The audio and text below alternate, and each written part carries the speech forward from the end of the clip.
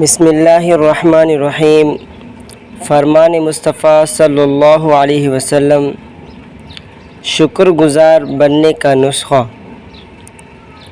حضرت ابو ہریرہ رضی اللہ تعالی عنہ سے روایت ہے کہ رسول اللہ صلی اللہ علیہ وسلم نے فرمایا، اس کی طرف دیکھو جو مال اور جمال میں تم سے کم تر ہے، اس کی طرف مت دیکھو جو تم سے فائق ہے، یہ لائق تر ہے اس کے کہ تم اللہ کی نعمت کو حقیر نہ سمجھو گے۔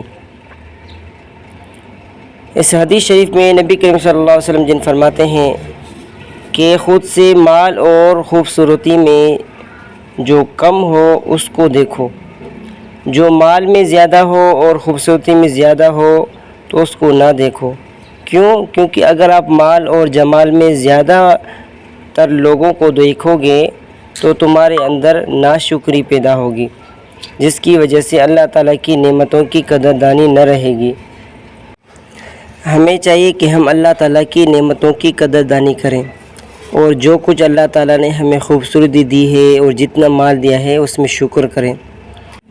انشاءاللہ اللہ تبارک و تعالیٰ خوبصورتی اور مال میں اضافہ فرمائیں گے۔ والسلام۔